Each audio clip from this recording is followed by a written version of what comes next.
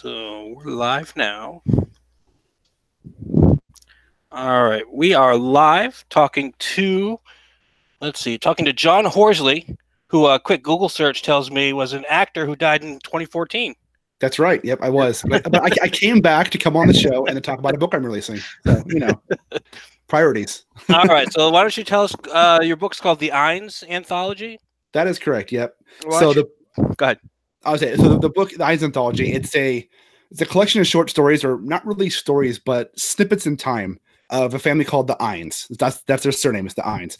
And throughout time, this family has been connected to, associated with, and drawn to and drawn from the world of supernatural, the occult, the monsters, the things that go bump in the night. And this book takes place over 1,000-year time and tells stories throughout time of this family. So you may get a story of a character in 1850 and then read a story.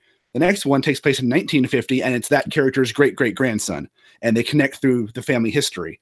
And you'll see things from a story from 400 years ago will connect to a story from that takes place, in 2025. And the whole premise of this story is that this family is connected to the supernatural and the supernatural is connected to them, but nobody knows why. And each book, and this is a 4-book planned arc for the whole overall story, but each single book that is roughly 64 pages of story tells one story. So if you read the book from cover to cover, you'll get one big story told to you in short little stories throughout time. And each story in the book is told by a different team of creatives, right? Different writers, different artists, different colorers, different letterers. And we brought all these people together to work with me and work with my editor, Casey, to tell these stories and to help build and craft this world that I created back 2.5 years ago that we're now coming to the point where I can release the first book. Cool. So, let's see. Tell us, can you give us a quick, on like one of the stories? Without any sure. Spoilers? I can give you a little quick on all the stories that I can use spoilers if you want. Oh, yeah, that'll work. So one of the stories is called Some Days. It's one that I wrote. And the premise of that is it takes place in the year 1100 in England. So it takes place during medieval times, during, in fiction, the times of, might and magic and stuff like that. And the premise of that story, or the quick synopsis without giving any spoilers, is that there's factions at war, but the factions that are at war with each other don't realize who each other is. And the supernatural and the demonic world is playing into this war without the human, quote unquote, people knowing what's going on. And it deals with, that element of, it's really right now, it's the first Eynes story, and it's the Eynes Castle. And you find out some leading information about, people who come into play later on in the book. And then we've got a story called The Crossed Paths, written by Joseph S. Pell and drawn by an amazing artist named Sebastian Biano out of Argentina. Mm-hmm. And it takes place in England in 1640. And it is the story of basically a man and a demon woman talking in a bar. Huh. And it does not end or go how you think it is, but it is an 8-page conversation, but it is done so well that it is actually action-packed for a conversation story. All right, so it's not just you writing all the stories. No, it's not. Okay. I hired a team of writers. When I first started this project, I contacted a bunch of people I knew, and I put out an open call for submissions to writers to write scripts with me. And each writer worked with me, picked a spot in time, like some time, like I want to write a World War I story, or I want to write a Civil War story, or whatever. And they chose that time frame. I worked with them to help give them, okay, these were the characters that were alive in the Eynes family during that time frame, because before I ever did anything, I created a family tree of 268 characters with birthdays, death dates, family members, relationships, it was a huge undertaking, but I created this whole family tree. And then I worked with each writer to say, okay, you want to write in 1640s? Here's the characters that were alive in 1640s. Here's where we can go with this. And then the writers went off and told their stories, and they brought it back to me. And then I took their stories with them, and we kind of crafted it and molded it to where it would fit into the overall arc of the book. Wow, that's really cool. And then after that, I went and I went and hired artists, and I most anthologies are, get a team, create a story, submit a full story, right? Or submit a pitch and then get your team together and do it. I'm a little bit of a control freak when it comes to certain things. I let a lot of things go, but I kind of want to control certain elements of things just for my own world building stuff. I wanted to kind of have to separate a little bit and say, okay, let's get some really awesome stories and let's pair them up with some really awesome artists that I think, as the editor of the book, can knock it out of the park. Okay. So I got these awesome scripts, and then I went out and I found artists like Rick Bugby and Dennis Torona and Scott Godleski and other people that are, they're just amazing at Clayton Hollyfield, and had them come in and paired them up with scripts that I felt played to their strengths as an artist, and got them to draw it. And then I got colorists who I thought, okay, this story really would fit a nice saturated tones type of color. I know a guy, or this guy here does really amazing colors in that style, or this one needs a watercolor style. I think this one needs a more of an oil painted style for the coloring style. Because I myself am a writer, I'm an artist, I'm an inker, I'm a penciler. I kind of go back and forth to do it. I'm not saying I do it all well, but I do it all, Yeah. But so I kind of have an eye for art and kind of an eye for being able to marry things together. So that was kind of like the trick for me, was to marry all this stuff together with different people coming from totally different backgrounds, different parts of the country, completely different, ethnicities and backgrounds of how they grew up and where they grew up, coming together to tell all these stories together in a way that wasn't quite the normal way to build a book together like this. That's cool. So where did you find all these artists and writers and stuff? Most of the writers came from two places. One was people I knew that were writers, because I've been doing comics since 2002, off and on. So I've made friends over the years. Some of them were like, hey, we're friends. Does this idea sound cool to you? Do you want to work on this with me? And some were like, yeah, it sounds awesome. But originally I put out a post on a Facebook group called Connecting Writers and Artists, I think so it's called. And I kind of put the submission saying, hey, here's my idea. All I said was, I have an idea for a book. It is a family connected to the occult, but not everyone's good, not everyone's bad. And I want scripts for this, and everybody gets paid. I ended it really big. Everyone gets paid. Well, that's how you attract the most people. Right. Well, I want to attract the most people. And I want to attract people who had the desire to want to do it beyond just getting published. I mean, there's a big thing in being published and getting a book out there and having your name and stuff, but when you're getting paid for something, you tend to put a little more, from my experience, at least, you put more finesse into it, more oomph into it, because you want to make sure, I'm getting paid for this. I need to make sure this works out well, Yeah. So I put it out there. And also, being a creator myself, I don't like the whole, hey, work on this, put hours and hours and hours into the story. And then if we get funded on Kickstarter, then you'll get paid, which no offense and nothing negative meant to anybody who does their contracts that way. That is a fully legit way to do it, right? An equity share. I wanted to say, hey, you're taking a chance on me, so I'm going to take a chance on you, and I'm going to pay you up front. I'm going to pay you out of my own pocket, make sure that what you need and what you want to be paid is taken care of before I ever try and print this book. That way, nobody but myself is waiting on funds for what they've done. Yeah. So I want to take all the risk on myself and not put any risk on the creators, and let them get work, get paid, and move on to the next thing they need to do. So that was a big thing for me. So what you did, you paid all the artists and you paid all the writers and everything? Yep. And then you're just going to make it up on the Kickstarter? Well, the Kickstarter, I'm actually only asking for funding of printing the book. I'm not asking to recoup any of my costs of what I printed, just because I know for a fact that if I can fund and get the book printed, I'll recoup my costs down the road, right? Because the goal is to print 1,000 copies, right? And if I make 1,000 copies, and I sell them off, I sell 100 or 300 on Kickstarter, I still have 700 copies left. I can send each creator a chunk of that, say, here, you worked on this book. I know I paid you, but here's some comp copies for you to sell to make a little more money. And then I can take what's left over and use that to not only share the book around, share all these creators around, but also, make the money that I spent back on that back while, working on the next book. Okay. So what were you looking at for a price point for each issue? Did you have that all laid out already, or? Oh yeah, each issue is $20. It's a 64-page book, prestige format, square bound, 64 pages minimum. It'll probably actually end up being 76 pages, just because I have more story and more pages than I can deal with right now, and I don't want to cut anything because I think everything I have fits really well into this world. Yeah, in the first book, so I'm probably going to expand it. But the plan was a 64-page book, but I'm not going to increase the price because I'm making more pages. It's going to stay at $20. All right, well that's cool. How long have you been writing, working creatively, doing comics and stories and so? So I started doing comics, for fun as a kid. I was a little kid taking construction paper and folding it up and drawing comics, but I didn't start actually getting into it until college. So about 2001, 2002 timeframe. I took some time off from doing comic books or doing like anything drawing wise as a kid in high school, because I got to doing music. So I joined a band. I started writing music. I recorded 4 albums. I toured around the Northwest and did a bunch of music stuff. And then I decided I don't like people, so I don't want to be on stage. It's not that I don't like people. I don't like people in bars so much. I don't like drunk people. It's get drunk all you want. This is not my scene, you know? And so I got back into drawing. I got back into comics, and it all came because my sister and I opened up an online comic book store, and I fell in love with comics again. So we started ordering comics from Diamond, selling Marvel and DC comics. And then I was like, man, this is amazing. I want to draw comics. So I started doing little sketches here and there and started writing scripts. I'll learn how to write comic scripts back then. I was like 20 years old. Then I discovered webcomic. I discovered a webcomic called Sexy Losers. Mm-hmm. I was like, this is hilarious. I want to do this. So I started doing webcomics in 2003. And I did webcomics from 2003 until 2016. And in that time frame, I released over 3,000 pages of webcomics across 11 different webcomic series that I created.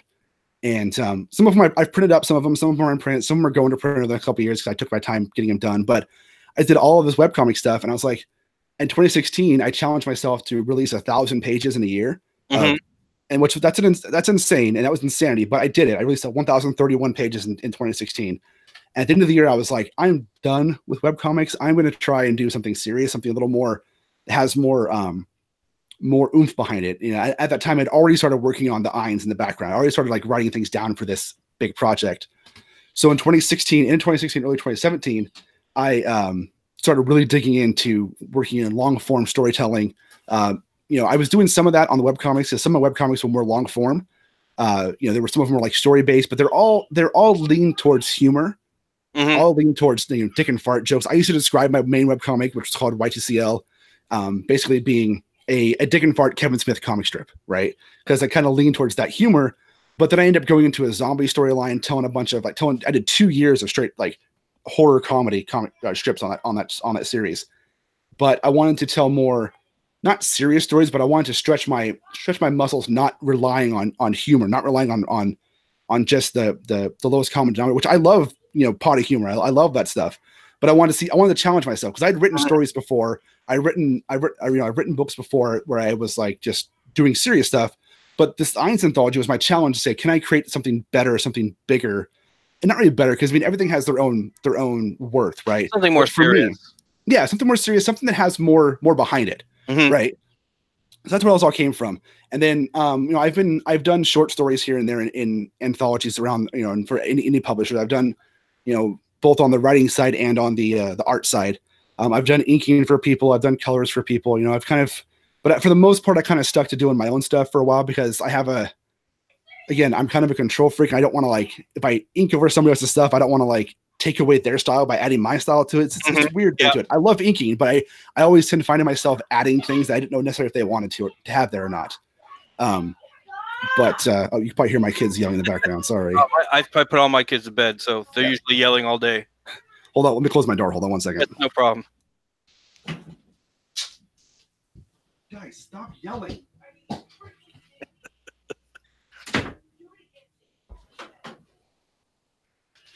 I have 5 kids here, so they tend to get loud sometimes. I got 3, so yeah, I know. So yeah. I got 2 teenagers who hate each other, and oh man, I have a 16-year-old boy, and then I have a 10-year-old girl who just fight nonstop. Yeah. So yeah, that's fun. But yeah, so then I wanted to tell something more serious, and creating this story for me was not only was it a stretch of my creative muscles, but it's been kind of therapeutic, getting to craft this world around this monsters and these demons and these things that just creep you out, and kind of work with other creators. And I'm a huge proponent of collaboration and working with people. Mm-hmm. So and I've met so many amazing creators doing this book and bringing them on. I mean, granted, I paid them all, but whatever. Yeah. I have a lot of new friends now. Yeah, I was gonna say, that's the best way to make friends. Right. Pay them. Ouch. Poke myself with a pencil. Yeah. Let's see. So, tell us a little bit more about the stories a little bit. Sure. So the next story in the book that I was getting to is called The Black Hand, written by Travis Webb with pencils by Greg Warrenchak and inks by me. And it is a story that takes place in Gallipoli in World War I, and it involves a true story that is where a unit for the British Army disappeared and was never seen from again. And this story kind of tackles what happened to them from a supernatural point of view. So it brings in an American to this British army, and they kind of go investigate where this unit disappeared to. And what's cool about this one is this one actually is a two-parter, an actual true two-part story. So the first book will have the first 8 pages, which leads to a climax and then gives you a climax. And then book 2 will have the next 8 pages, which starts right at that climax from book 1 and then goes through to a completion at the end of a resolution towards the end. Now, you said it's one family over the course of 1,000 years, right? Correct. Yes. All right. So is there a thread that kind of links everything other than just supernatural? Do they all just happen to have supernatural stuff happen to them? Or is there like a common thread among all of them? So the common thread connects everything. The common thread that connects everything is the family Eynes, the Eynes blood. Like being a blood member of that family means that you have this affinity, you have this wherewithal, you have this knowing of the supernatural, right? So imagine like you walk into a room and there's a monster in the room. By not seeing it, you would the second sense they would know it's there, right? And they're connected by that. Now, in different aspects of the family, some of them use this as a calling. It's like, oh, this is my calling. I need to protect the world from these monsters. Some of them use this, oh, this isn't a calling. This is where I can use this for my advantage, to use these monsters to make myself better and use them for my own nefarious deeds. And some of them see it as a curse, and they try and stay as far away from it as possible. So the common thread is, how do you deal with this extra sense in your body? And to further that, the monsters themselves had the same kind of connection to the Eynes family.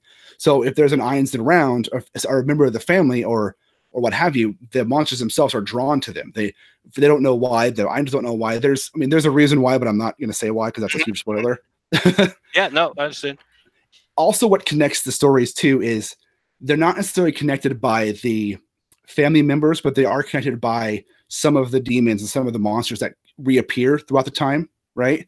So they'll see like a demon or a monster take place, tormenting I remember the Eynes family in one story from like, say, 1750, but then you'll read a story that takes place in 1940, and the same demon, because essentially these demons reappear, they're immortal for whatever reason, if they haven't been killed or vanquished, they reappear, and then there's elements of the old story that the new member of the Eynes family has to take into account to try and defeat this monster or deal with what they're doing with. A lot of the themes of the stories in this first book are what's the most effed up thing or messed up thing we can do to these characters and still be okay at the end of the story. Yeah.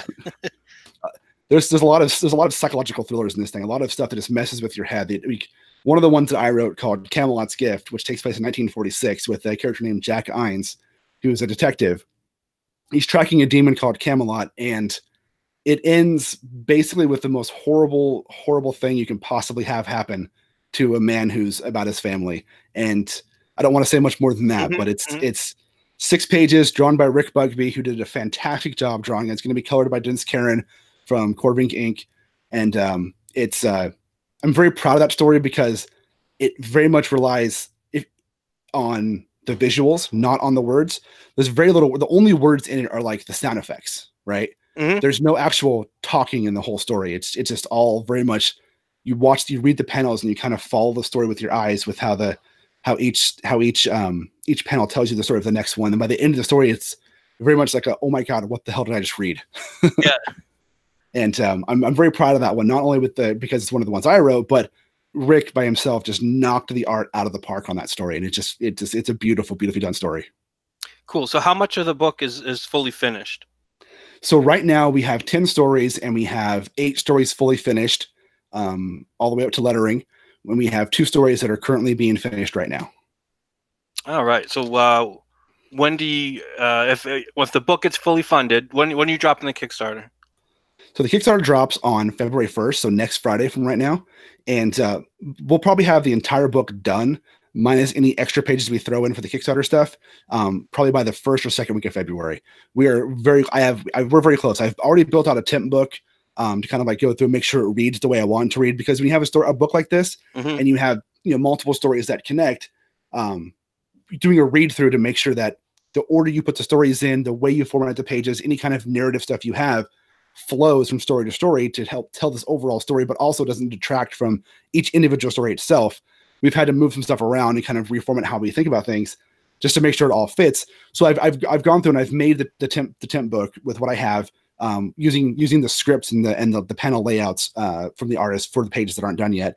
And I'm happy to say that it did it through the couple read-throughs for myself and from the editor and from the other people who I've had, like my co-host for my podcast, Spoiler Country, Kenrick. I had him read through it, and my sister, she's a huge horror fan. Said, hey, can you read through this? Tell me if this flows well.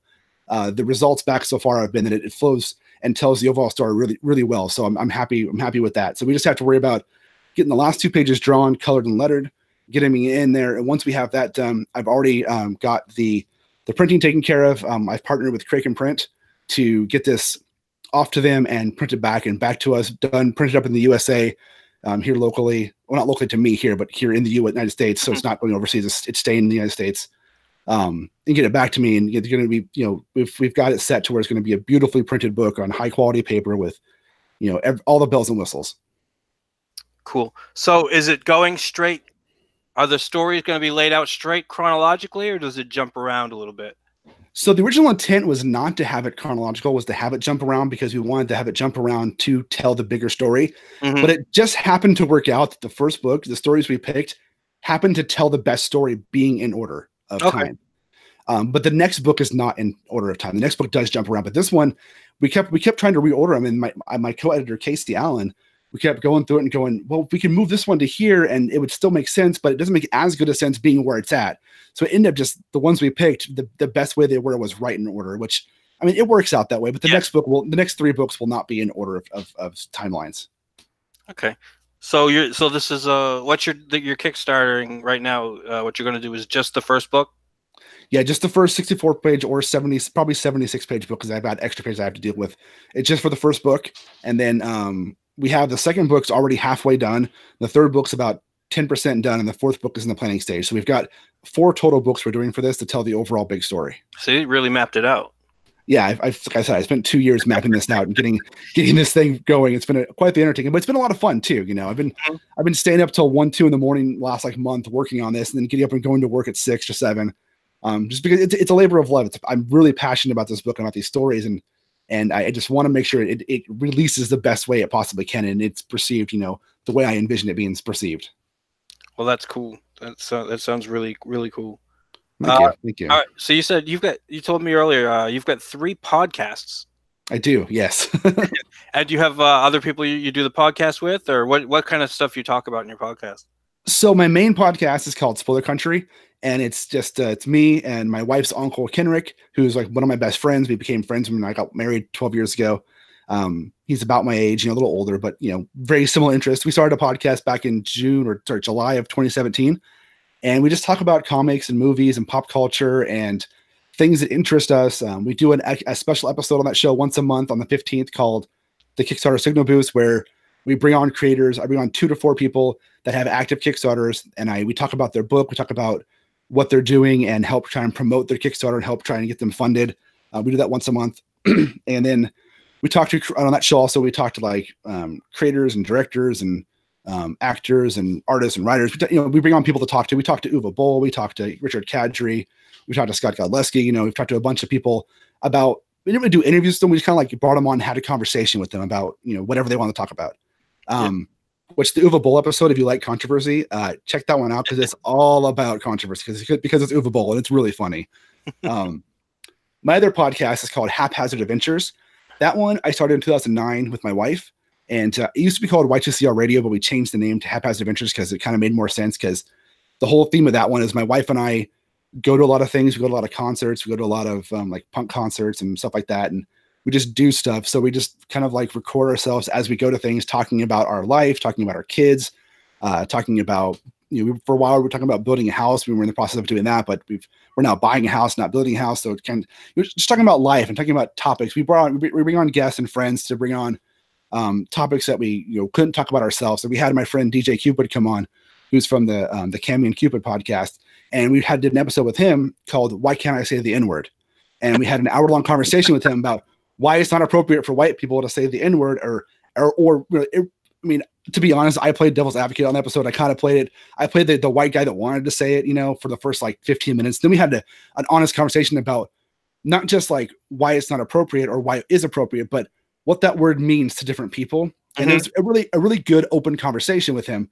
And then we had another one episode with him called Should You Cross the Street, which is about basically, you know, if you're walking down the street and you see a bunch of guys coming at you that look like thugs, should you cross the street or should you just walk past them? Like, what is that first perception of what you see in somebody? What does that mean? So we had that conversation with him. I mean, it ended up being a really deep conversation that both those topics did not go where I thought they would go, to be honest, but they came out really well. And then, wouldn't it be rude to walk through a crowd of people that's coming at you?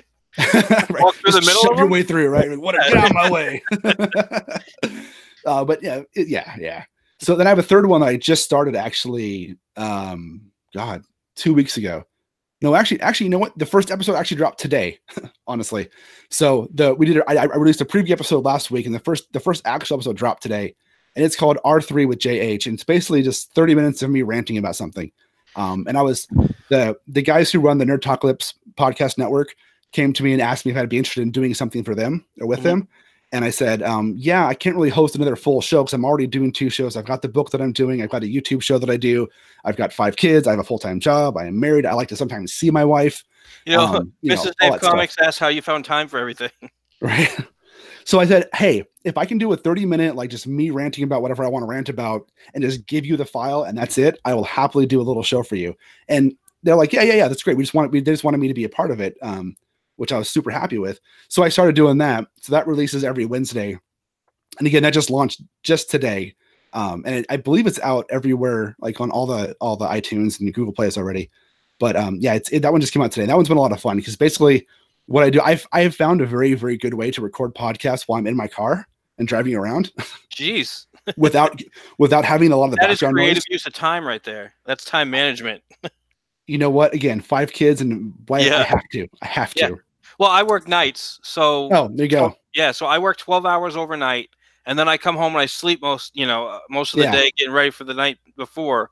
So maybe 2, depending on the week, I'll have 2 or 3 or 4 days, maybe, depending on the week to do shows. So I'll say, all right, it was cool that you got a hold of me, and have other people that get a hold of me. I'm like, all right, I got these 2 days. And then I'm going to try. I did last week. I did a show where it was just, I got on a couple of guys and we just kind of talked about, whatever issues of the day, the Gillette thing and all that stuff. Yeah, right. And so what I try to do is I like to get creator interviews on, and then if there's something going on, I like to try to get people on to do. I was surprised how well that went. Just chatting around with a bunch of guys. So nice. we're gonna try to do a few of those when I can. That's awesome. Yeah, shows where you just chat and rant are kind of fun sometimes. We do that on our Spoiler Country show. We have a little not a sub show, but like a topic show we do. It recurs called The Tangent of Tangents, where we literally just push record and just talk about whatever comes to mind. Sometimes they end up being really funny. We had one of them where we got into politics. It's the only time in our 150 episodes we talked about politics on the show because we generally like to keep things positive on the show, right? But we were both being bothered by some shit, so we ranted about politics for an hour, and we're like, wow, should we release this? We're like, no, what? Let's release it and see how it does. And it did do pretty well. But those are a lot of fun. You just push record and just see where it goes. People really like to hear people yell at each other. They do. Now, luckily, we didn't do too much yelling at each other. We just yelling at stuff because I don't want to be yelled at. I'm fragile. Be nice. Yeah, we did it. It was pretty. I mean, it was cool. We all kind of agreed on everything, and I don't know. It seems like nowadays, if you get 2 people that disagree, then it's just going to evolve into name calling and cussing and stuff. Right. See, I have no problem talking with somebody about it. Let's say you and me, right? Let's say you and I had very different political views, and I have no idea what your political views are, and it doesn't really matter because we're talking comics. That's fine. But let's say we were talking politics, and we both very much disagreed. I could still have a conversation with you about that and be completely civil and talk it out, because I think good conversation and good debating is very healthy for people. Unfortunately, a lot of people just want to get into the screaming that you're stupid match and point and call names, and that's not helpful for anybody. But I will have a conversation or a discussion or a debate with anybody about anything, regardless of how I feel about it, because I feel like that's healthy for people. But as soon as it goes into the negative, to the name calling, to the depths of the internet that are just disgusting, I'm like, well, this is now pointless. I'm out. I'm already triggered by your red hat, so It's St. Louis. It's Cardinals, man. None of that's. I mean, none of that stuff bothers me. I much prefer to have a civil conversation. It's more interesting when two people disagree, as long as they can keep it civil, because then everybody can air their side, which is fine. And you can be passionate. You can get passionate. You can get loud. You can get sound like you're getting really into stuff and still be civil, and that's totally cool. Because there are topics I talk about where I will get passionate and get into it, but it's still not. I'm not getting angry at, like, say, the person I'm talking to. I'm not getting angry. I'm just getting worked up about what we're talking about, and that's fun. That's entertaining to me. That's a rush. Yeah. You feel like you're really informing people. Yeah. Or you're just getting it out. Yeah.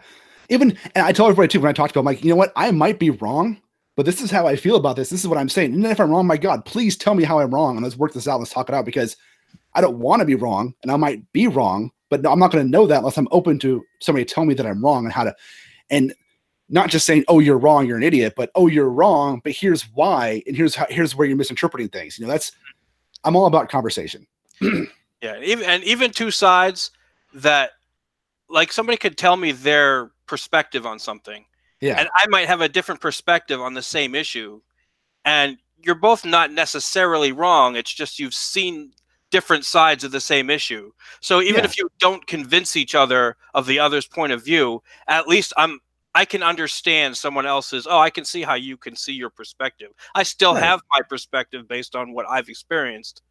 Right. But so, I mean, that's the kind of thing that to me is more, it's more informative, and it's more fun to listen to, and it's more fun to participate in. It is. And at that point, you both walk away with a new perspective. Even though yours didn't change, you're walking away with something new from on that topic that you thought you knew all the way up. You now walk away saying, oh, I still think this, but now I know this. Now I know you're not the bad guy.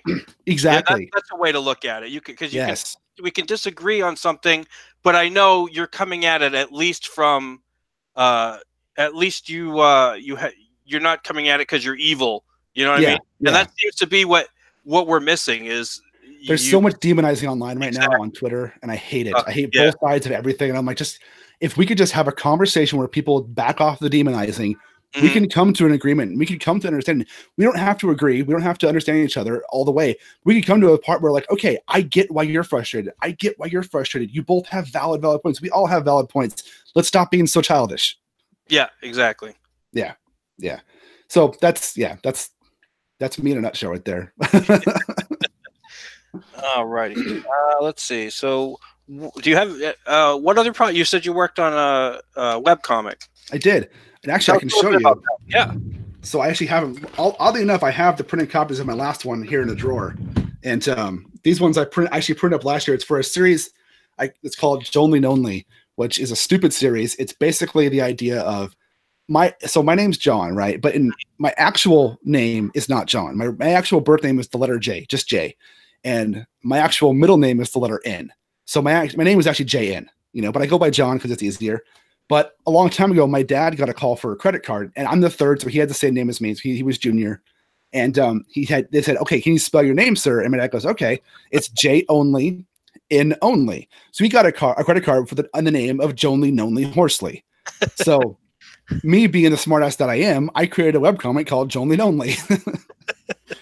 And it's all based around my wife one time drew a caricature of me and my friends, and I took those caricatures because she's not an artist, right? She just drew little pictures of us. I took them into Illustrator and I made vectors out of them, and then I proceeded to take those vector drawings to where I could manipulate them and made 10 issues of a comic book out of it. So last year I ended up printing up the first 5 issues, which are, you can see, I got issue 1 with pictures of me and my friends. They're all based on, and you can see the quality of art is not the greatest, but it's all meant to be photo manips and ridiculousness. Then I got the other ones, and if you look inside of them, they're all just I take art and superimpose the characters on there, and then move their mouse around to make them look like they're moving around. But it's all the same drawing, just used multiple times on 250 pages. There used to be a site, Strip Generator. Oh, I've used that. It's messed up now. Have you tried to be on it lately? Try to get on it lately? Not in like the last 2 years. Yeah, you can't because it's like all frozen up. I guess they got spammed to death, and it just overwhelmed them. Now the site's still active, but the only way you can save anything on the site now as if you never logged off. So there are some people that are still logged on that just have kept a screen open or a tab open and have never logged off the thing. And it's the only, you can still make like log on as guest and make cartoons that way, but you can't save anything. Oh, and Jesus. I used to use that for a while. I was unemployed for a little bit, and when I was looking for a job, I'd get on that site and make little 4-panel cartoons on it. Right. It was great. I love that site. And then all of a sudden it just I got a job, so I didn't have a time during the day to do it anymore. Yeah. And then a couple of years later, I'm like, oh, I wonder if the site's still up. So I pulled it up, and the whole thing was like frozen, and there was this whole deal. They were trying to sell the site. I guess they were trying to get rid of it, dump it. We're done. Yeah, we can't do anything with it. We just keep getting spammed to death. But that was a great site. I used to love logging. It was all real simple, and I didn't have to be artistic. I used to. So I used it in 2016 when I did that, 1,000 comics in a year. That bullshit that was ridiculous to do because my wife hated it because she's like, "You're always working on stuff." I'm like, "I know, but it's fun." She's like, "No, it's not." But when I was at work, I work a desk job. I work in software. So when I wasn't working on the stuff I was working on, I'd pull up script generator and I did a series, quote unquote, that I would export out a script generator and put on my website called Jimmy the Pessimist. Right? It was just this, basically taking this character I created named Jimmy on that site and basically doing the most effed up shit I could do to him on it. And then I also made one called The Creation, which it was the most long and drawn out. I did 3 panels per strip. I think I did 15 or 20 strips, something like that. And all it was this is kind of whatever, but all it was a sperm swimming to an egg. And I just called it The Creation. And it just was drawn out. And there was little hill bumps in the way. I mean, it's not funny. I'll say that. It's funny to me. Okay. It's funny to me because I got people to sit there and wait and read these 20 pages that was literally just a sperm going to an egg. But you didn't know that when you first started it. It was hilarious in the full to me, but it was, as a reader, it was probably the most annoying thing ever. But it made me laugh, so I was happy. I made little characters. It was a little supervillain. Oh, nice. And his friend was Cthulhu. And Cthulhu was he was gonna take over the world. He was goofy. He was this kind of goofy evil. And the supervillain was a failed supervillain. So none of his plans ever worked. So a lot of it was just those two interacting, and the other supervillain, it was kind of that friendship where it's like he doesn't really like him, but they hang out anyway. That was the whole point. And I would always I used to like making the little 4-panel gags. That's what I used to like, was just doing the little 4-panel joke. Nice. For me as a writer, it was an easy way to do a quick 4-panel, gag. And I did a comic where Cthulhu cries. And it was like, I got to make Cthulhu cry. No one's ever written Cthulhu crying before. So, you're like, yes, first time. Did you ever use wittycomics.com? No, I've never even heard of that one. So it was kind of the same thing, but a lot more rudimentary. But it was actually easier to use because what it was is you had you could do I think it was 3 or 4 backward panels in strip format. You pick a background for each panel, and then you pick a character. Basically, you can pick 2 characters, one for each side of the panel. And you just place them into the background, and then you could do you could have captions, you could have an overall thing on top, and then you could do word balloons, right? Yeah. So basically, you just make a panel and put the word balloons in, and it would save this out for you. And I found it, and then I found a way to do this. I did this ridiculous series of 40 strips off of there that I ended up saving out and put on a website from Witty Comics. And it was just there was just some ridiculous characters. There was a character with a computer head. There was a dog. There was a pig. People dressed in these weird clothing, and you put them in the pyramids or in space or these ridiculous clip art backgrounds, right? Mm-hmm. And it was just fun because it allowed you just you make a 4 panels, and then you just try and make it funny or try and make it tell a story, and it was a lot of fun. Yeah, I always thought it would be cool if they could have taken that strip generator and just turned it into software you could download on your computer. Because it would have been so easy. Well, I don't know about easy. I'm not a software person, but to me, the concept would have been so easy. You download it on your computer. It's already got all of your characters made. You could do the whole thing. I mean, so I don't know anything about computer programming. I've never done that, but it seemed to me that would be the best way to sell that site. Well, they could charge it. They could charge that, or if they made it where you could buy it, you pay, $50 for it or whatever. You download it. You have this library that they have there, but then you can also add your own stuff to it. You add your own character. You draw a character, have somebody draw a character for you with a clear background. You can add that into, so you can do your own stuff with it. like as somebody who likes to sit and do photo manips, because like, you know, that one I showed you, Jolene Only, is literally just me in Photoshop moving shit around back and forth to make panels. And then I had other comics. I had one called Sergeant Blinky and his Brigade of Fantastic, which is about this army general or army sergeant and like this and people in the military just doing ridiculous things. But what it really was is it was army men, like the army men toys. Oh yeah. With dioramas that I would take pictures of, and like the whole challenge was I'm going to do a single panel comic about army toys. And, you know, I did that for like 2 or 3 years. Then I had one that was called Inanimate, which was basically the idea behind that was the pot calls the kettle black, but pot's a pot leaf. So nice. It was just talking characters on a white background that I would move around in Photoshop. So as somebody who likes to do that, as well as, you know, I do draw and I do paint and do all like actual, like real artistic stuff. You know, having a software I could just download and like place things into and then use that to easily make comics out of it would have been so cool to do back then. That's cool. So I should have made money. I should have wrote a program for that. I could have done that. Damn it. I missed my calling. I think Strip Grinder is for sale. Yeah, I don't want to buy that. I mean, it's probably more than I want to spend on a website. Oh, but, you know, is your webcomic still up? They're not. No, I took them off. I took them offline back in when I got kind of mad at myself after that. So I did those 1,000 pages and I was like, I met my goal. I did it. And then I was like, man, screw this. I'm done. So I took them all offline. So I have them all, and I plan to release them again at some point, so people can see them, because I find them funny, and I had a following. I didn't do it for 13 years with nobody reading my stuff. You know, somebody read it at least. Thanks, Mom. But you know, I plan to release them over time. But I did take them off too, also because I wanted to focus more on serious stuff, and having my only catalog online being all dick and fart jokes probably wouldn't lead to that too well. You know. Yeah, I managed to go and I collected. When I saw that the site was messed up, I was like, all right. I went and like basically did screen caps of all of all the comics I did there, and put them all and saved them all on my Facebook page. Nice. So every once in a while, I'll get a wild hair at my ass, and I'll be like, you know, let's put out one of my little comics that I did, and I'll just pop it on Twitter or something. Nice. Yeah, I've been slowly collecting all of my old webcomics into books to release, and I actually have the one I have 10 issues done of that one. I've only released 5, and then I have 7 more issues of other comics that I've done webcomic wise that I haven't released yet, because they're just they're sitting on my hard drive, fully done, like fully PDF'd, fully tiffed out, ready to go to the printers. But I'm just holding them because I don't want to release them yet, because I want to release the Eynes book first and then release them down the road as like extra stuff, because all my focus has been on promoting and creating the Eynes, getting that done.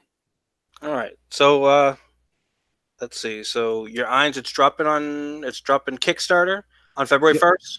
Correct. Yep. All right. And that first issue, and that's you're going to do a Kickstarter for each individual one? Yeah, there'll be 4 Kickstarters over. We're planning to hopefully have all 4 of them out by like a year to year and a half from now. So we're trying to do them quarterly, or maybe just a little bit more than quarterly, but like every 3 to 4 months, go to Kickstarter with the new book. Okay.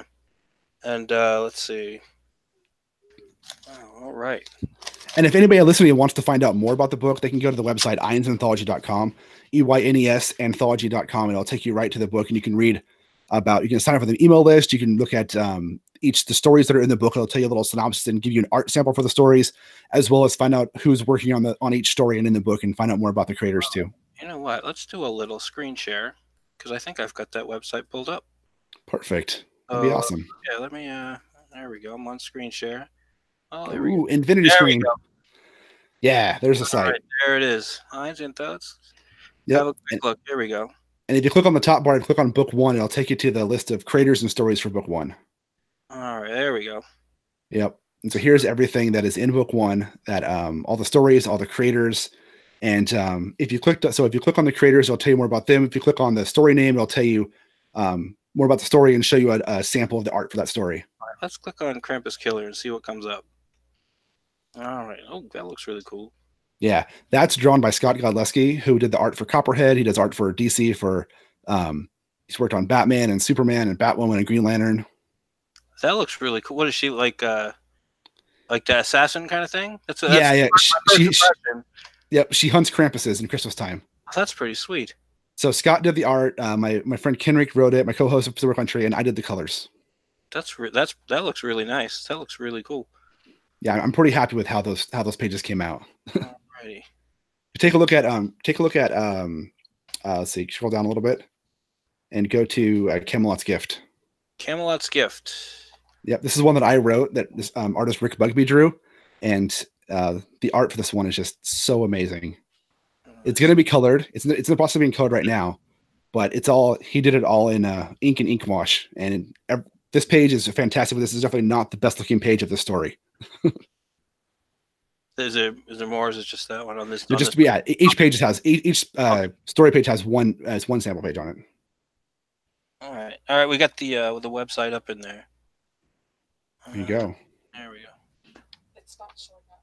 Oh, it's not. Oh, okay, I have to keep talking. I'll have to be talking for it to show up.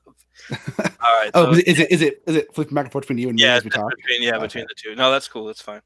So all right. So let's read. Jack Eynes, a paranormal detective, hardworking, hard drinking, hard loving. Jack Eynes has seen it all, or so he thinks.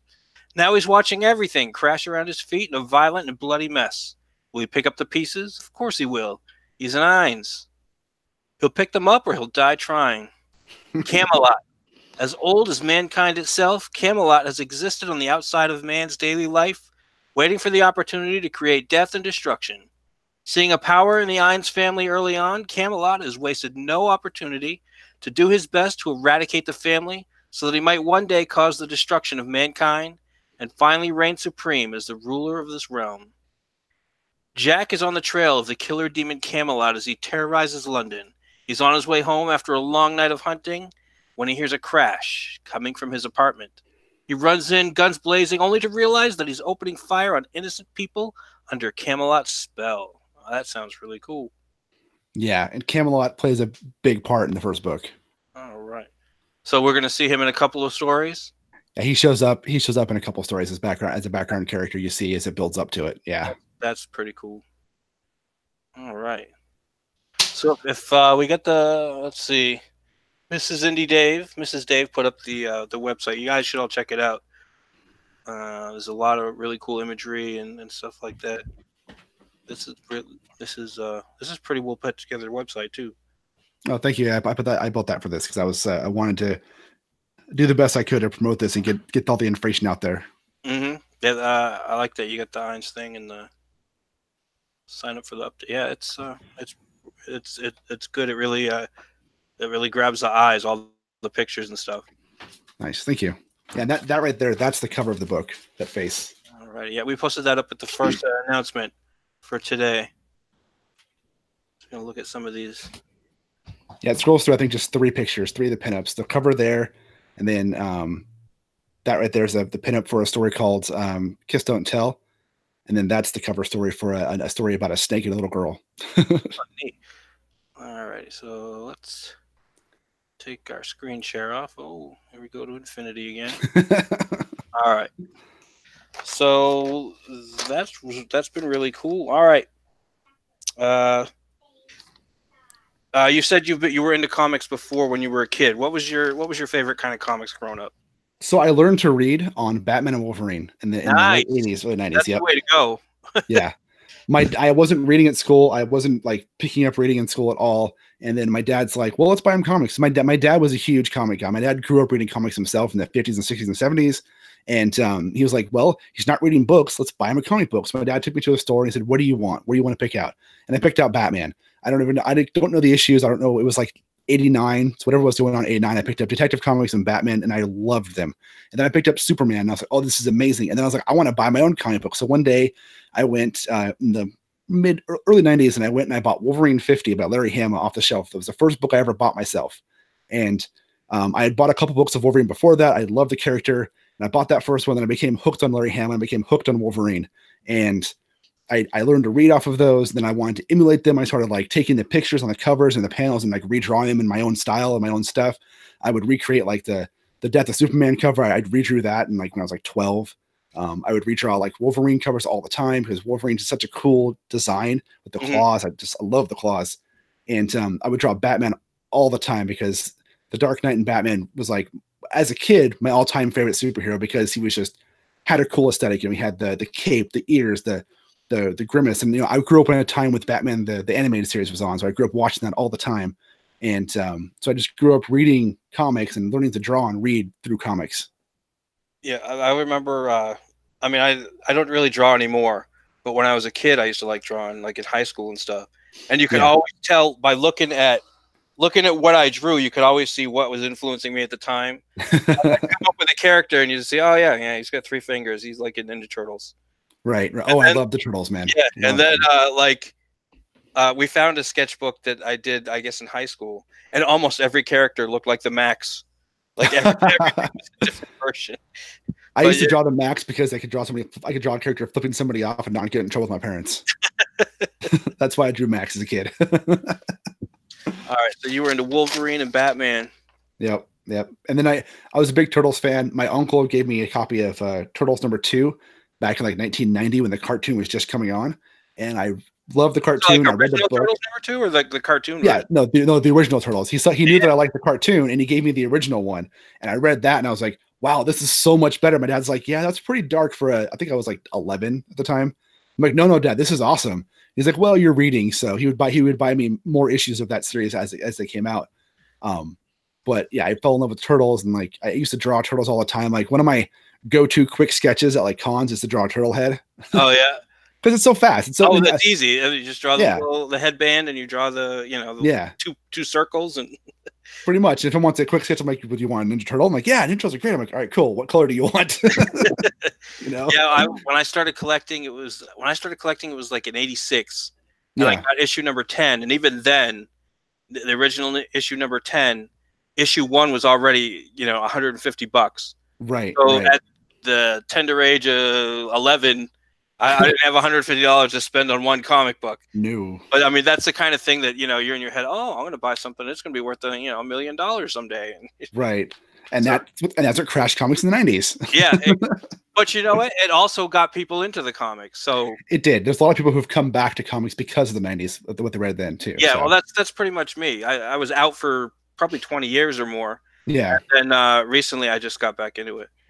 Yes, I got back into comics. I was out from probably like 97 through 2001, just because I was doing music. Like I said, I was in bands at the time, and I was trying to be a rock star. And in my mind, rock stars didn't read comic books. They were too cool for that. But in reality, comics are awesome. So screw that noise. Well, I'll tell you what, if I had collected comics all through that time, my wife would have divorced me a long time ago. Yeah, I went through a phase where I was spending way too much money on comic books. I was probably spending like easy on the low estimate $1,000 a month on comics. And my wife was like, John, we got to talk.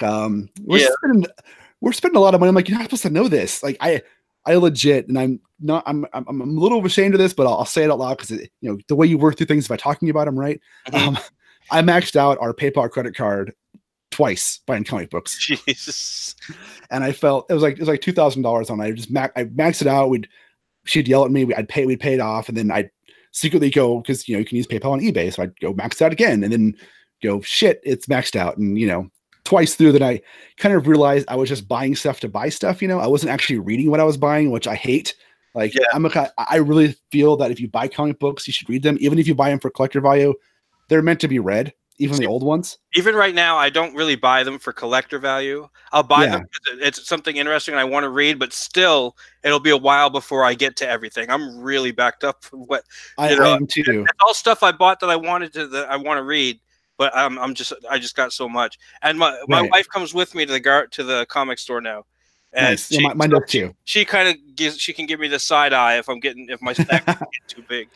See, I got my wife into comics. Like she's now a big Harley Quinn fan, and she's a big Batman and Batgirl fan now, and Supergirl fan.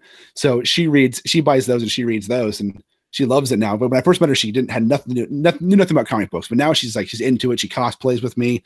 She goes to cons with me. She's like, she helped me. If it wasn't for her, I'd probably never sell anything at a booth at a con, because she's the one who's always talking to people for me. Cool. But I got to a spot where I was just buying to buy, buying old comics and new comics for the value. Like, oh, this is gonna be worth money someday. And then I started realizing I kind of hate myself for this. Like, I'm the reason people can't find books at stores. I'm the reason these kids can't find a book when they want to read a book, because some book comes out and it's hot, and all these people go out and buy 10 copies and sell them on eBay for a profit. Like, I was becoming that guy, and I'm like, no, I hate that guy. I don't want to be that guy. So I started I'm only going to buy what I want to buy, what I want to read, you know. And then I started, that one saved me a ton of money, and two gave me more stuff to where I'm actually able to keep up. I don't need to buy every single DC comic that comes out. I don't need to buy every single Wolverine comic that comes out. I just need to buy the ones that are telling stories that I want to read, because not every story is for me, you know, and I understand that. But I'm super backed up because I haven't actually bought a mainstream comic in like a year and a half, 2 years, like an actual DC or Marvel book. Like I bought Batman Damned. That's the newest. That's the most recent one I bought is Batman Damned, because that's an amazing story. If you haven't read that one, it's awesome. But I mostly buy indie books. I mostly just buy stuff off Kickstarter now. Yeah. Oh yeah. I got a bunch of stuff I'm waiting off of Indiegogo that's still waiting to come in.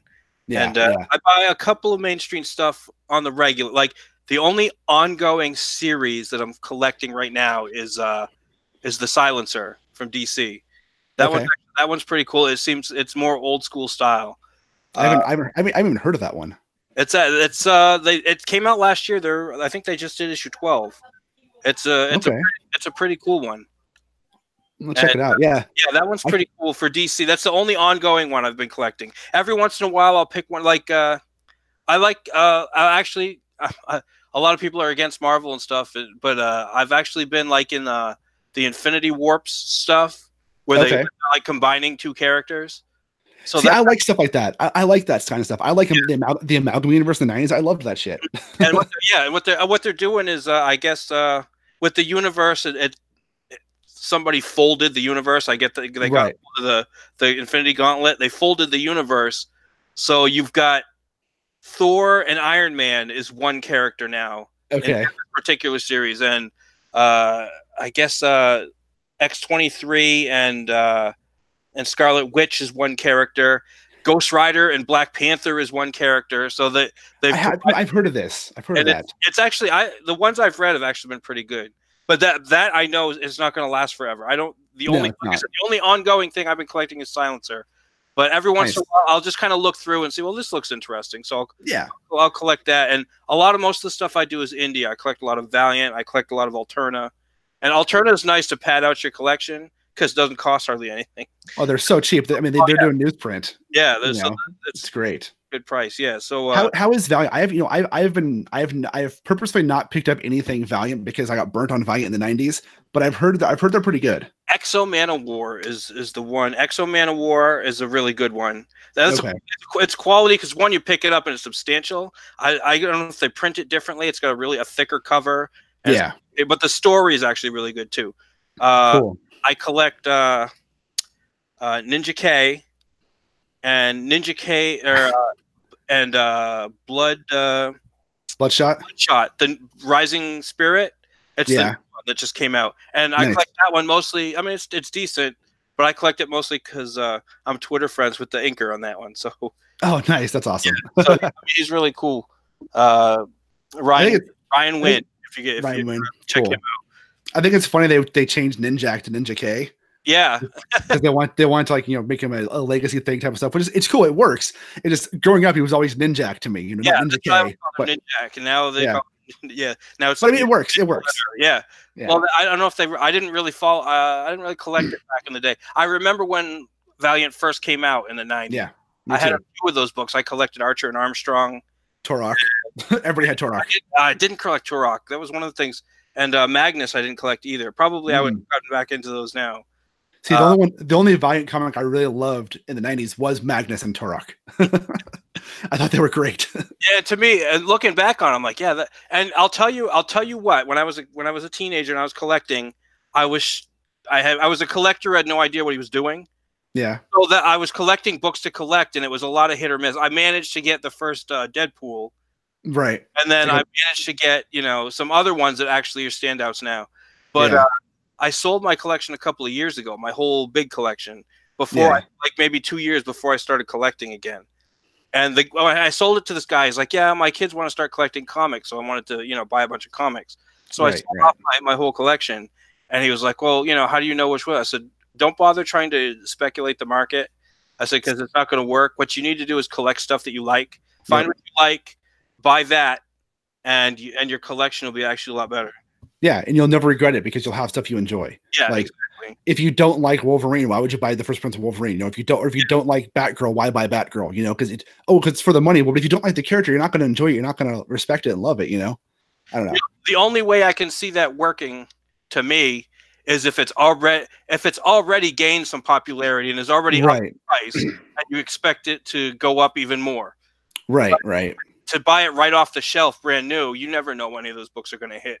And no, you don't. Almost none are going to hit now. Yeah, very few. Yeah, I mean, not, you know, every year you have something like Spider-Gwen or something that comes out that's like hits on hot and goes up like every year or two. But it's like one, you know, one book, you know, and like they'll have their variants, which like variants or whatever, but they'll have like tons of variants to be worth money, but they're worth money because it's a created market. You know, they create this collector market that's not real, you know. And then what happens is it goes up quick and then it crashes again. Yeah, like, exactly. Well, everybody's got that one already. And and it really bugs me because I think it hurts the retailers more than anything else when they're putting out variant covers. I have a lot of friends who own comic shops and variant covers. Well, so if they do a variant cover where it's a 1-to-1, like you can buy either cover, whatever, that's fine. Don't care. That's cool. Yeah. But if it's like you have to buy 10 or 100 to get the variant cover, that's just shitting on your retailers. You know, that's just making it. They have to buy 100 books to get this one variant that they're going to sell that variant for, you know, $80 or whatever. But then they're going to have 85 copies left over they can't sell. Yeah, my store does this thing where they have these Easter eggs, like the plastic Easter eggs. You know, you put candy and stuff in. Yeah, and a whole bunch of them. They put a number in there, and you could buy that for $1. And you bring it up to the counter, and they take the number and they go out back and they come back with a whole bunch of comics. And I think it's mostly stuff they couldn't sell before, and it's almost like a dollar bin. That's the way that they get rid of overstock. That's cool though. That's a cool idea. We always give them to my kids. So lately I've been getting a lot of old school 90s Wolverine comics. Nice. Those are so good. So I mean we're almost working on a run of those. Nice. Are you getting the Silvestri ones? I can't remember what. I think there were some Silvestri ones. Nice. I want to say they're in the 80s. And I think maybe we got a really cool die cut cover one. Nice. And I mean, is it yellow die cut? Yeah, a yellow die cut cover. Yep, that's Wolverine 50. That's by Larry Hama and Mark Silvestri. That is the first issue comic I ever bought off the shelf. That's the one we got, and I was surprised I got it. Wow, that's actually a really cool issue.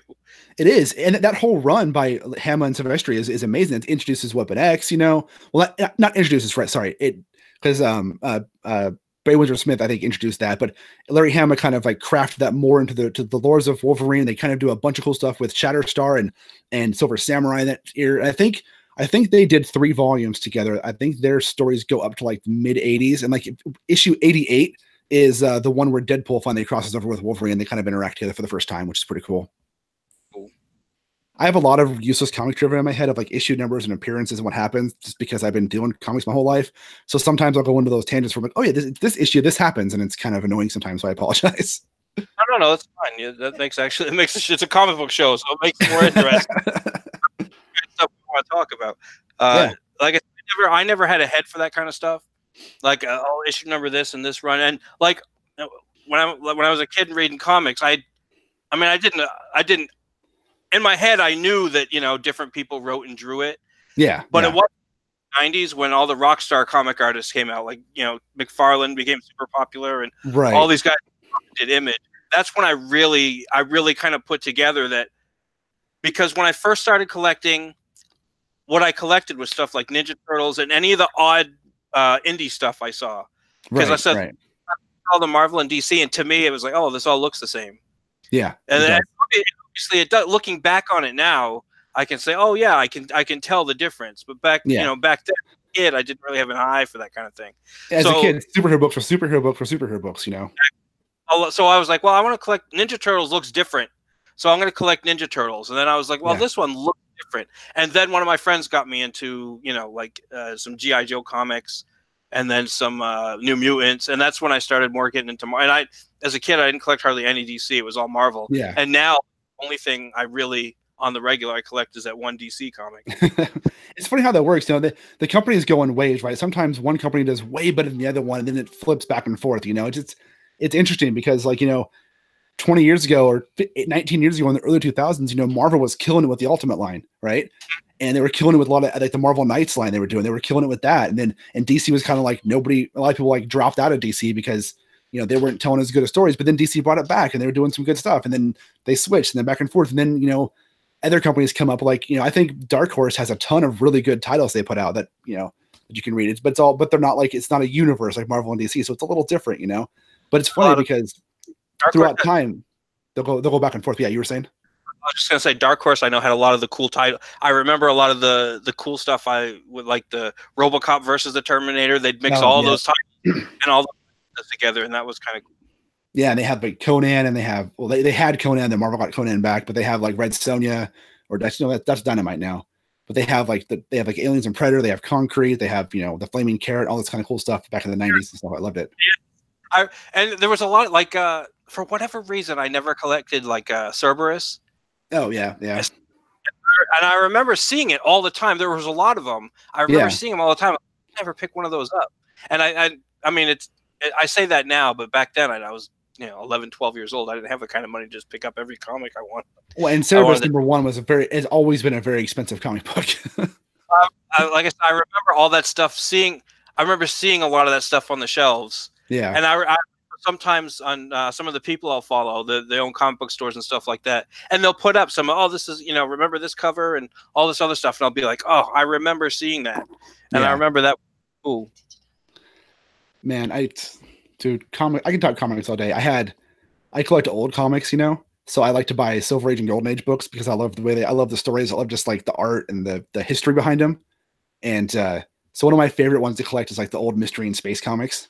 Because they're so unique and so cool, and I spend way too much money on old comics now because I buy them and I read them and I put them away. I haven't actually. I don't do back issues that much anymore. Like every once in a while I'll get a wild hair at my ass. Like I really liked I remember in the '90s there was like a British invasion for a short minute. Yeah, and like Death's Head and Death's Head 2, and I remember really liking the art style in those comics. And somebody posted something about it. I'm like, oh man, I'd really like to get those ones again. So every once in a while, I'll just go out and have a look and see if there's any old stuff that I remember that I used to have that I'd buy again. Yeah, Death's Head was fun. I remember that when they did the whole Marvel UK thing, and they brought over those like Death's Heads and all those crossovers. It was so different because it was very Judge Dredd. It was very 2000 AD with the art style and even the storytelling too. I'm pretty sure people from Judge Dredd came over and did those books because like they were so similar to what they were doing in Dredd at the time. But now that I'm into artists and knowing certain artists, I look back at some of those things. I'm like, oh my god, this guy did that one from way back when. Like on not Judge Dredd, on Death's Head, that was Liam Sharp. Was it? Yeah, it was. I think Liam Sharp, and now he does a Green Lantern, and he did the Brave and the Bold series. Did you read that one? I did not, but I love Brave and the Bold. They just did one last year, which I think was one of my favorite series of the year. Liam Sharp did all Celtic lore and stuff like that with Batman and Wonder Woman, and that was a great short series. See, I love series like Brave and the Bold or stuff like that, like adventure comics that take things and like do like that, like take them somewhere else and like take these characters and say, okay, let's tell a story with them, but let's do something totally different than outside of canon, because sometimes canon gets too much where it's like you have to know all this history to read a story. I like to just read a mini series that tells me a full story, even if it's characters I know like Batman or Wonder Woman. I know those characters, but reading these extra stories that take place somewhere else, like the Elseworld stuff. I'm a huge fan of the Elseworld stories DC does. Yeah, I guess I'm finding myself liking the short runs more than the long series in general. Yeah, same. Because I don't want to have to read 100 comic books to read one story. Like what's fun. I tried to read Spider-Verse and Spider-Geddon, but I'm like, there's just too much going on. I don't want to do all this. Spider-Man's. I don't understand that. That kills me. Like, right? I mean, whatever. I mean, the different Spider-Mans are cool, man. I like Miles Morales. He's cool. I like Spider-Man Noir, but like the whole thing of having to to get the whole Spider-Verse story, you had to read like 80 comics and in certain orders. I was like, I don't want to do that. I wouldn't mind if they did like. I know a little bit about the Spider. I like the look of the character. I wouldn't mind if they did a 4-issue miniseries of just Spider Noir, and I would love that.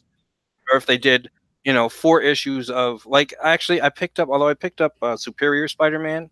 Yeah, that was good. Which is I just picked it up. I don't know. I mean, it was okay.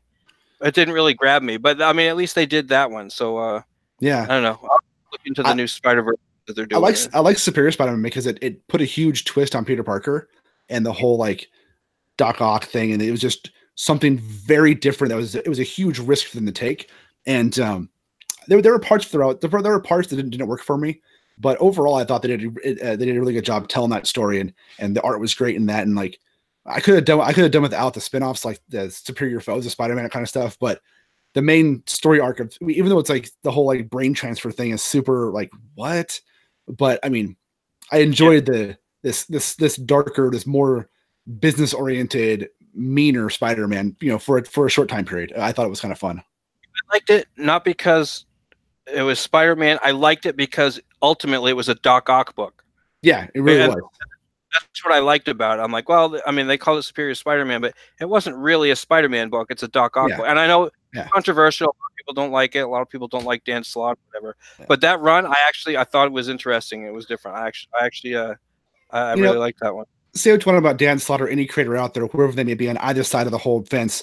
Separate the person from their work. Dan Slott's a good writer, right? He may have some crazy thoughts, but he's a good writer, All righty. Well, guess what? Drawn and Quartered is up. Oh. So we're actually tell us, give us one more rundown of Eynes Anthology, and we'll wrap it up. So Eynes Anthology is a book that takes place over 1,000 years, telling the story of the family of the Eynes and their dealings with the supernatural. There's 10 stories in the book. Each story takes place at a different point in time and talks about the demons and the monsters within that time frame and the members of the family that were alive in that given time frame. There's an overall story in each book, but you can also enjoy it by reading each story individually as well. All right, cool. And that Kickstarter drops February 1st? February 1st, and if you go to eyensanthology.com/Kickstarter, it'll take you right to it. All right. Well, thank you for coming on. Very interesting guest. It looks like a really cool book. Everybody give us a like. Remember to subscribe and share this video around so everybody can get a chance to see about the book. All right. Thank you very much. Thank you so much. We are out.